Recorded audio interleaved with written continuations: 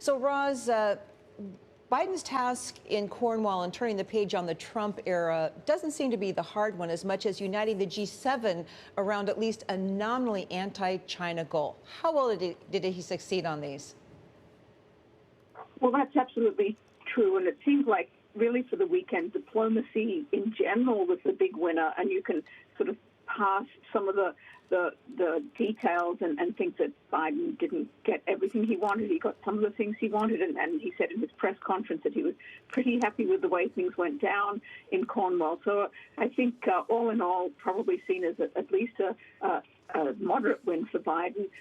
And really, as you say, turning the page from the Trump era and the first in-7 G7 meeting in two years, of course. So we're gone the sort of administration efforts not to sign on to communiques and to leave meetings and then sort of trash talk on Twitter immediately upon departing. So that's all gone now. And the declaration that came after the meeting, fairly harshly worded about Chinese and Russian government behavior, and, of course, a vow to investigate the coronavirus pandemic's origins in Wuhan. And that's something that Biden has pressed increasingly. So I think generally the administration would go away thinking that they've had a win here.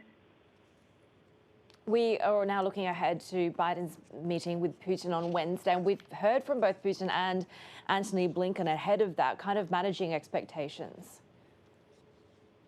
Exactly. Well, I think one thing we're not expecting on Wednesday in Geneva would be a side-by-side press conference with Biden and Putin. Of course, we remember President Trump and President Putin side-by-side in Helsinki back in 2018. And certainly both have indicated that it could be a frosty affair, that relations are at a low point. Biden certainly agrees with Putin about that, and maybe that's one of the things they do agree on. He's expected to raise with Putin some of the recent cyber attacks on critical U.S. industry, gasoline pipelines and the meat industry.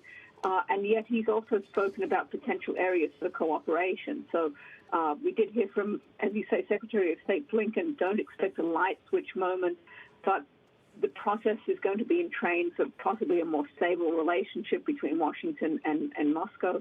And I thought that President Putin's comment on Friday that there won't be any impulse-based moments with Biden. I think he was talking in general, not about the meeting this week, but Biden is totally different to Trump, and I think expectations are that he'll be a stable presence in this meeting as well.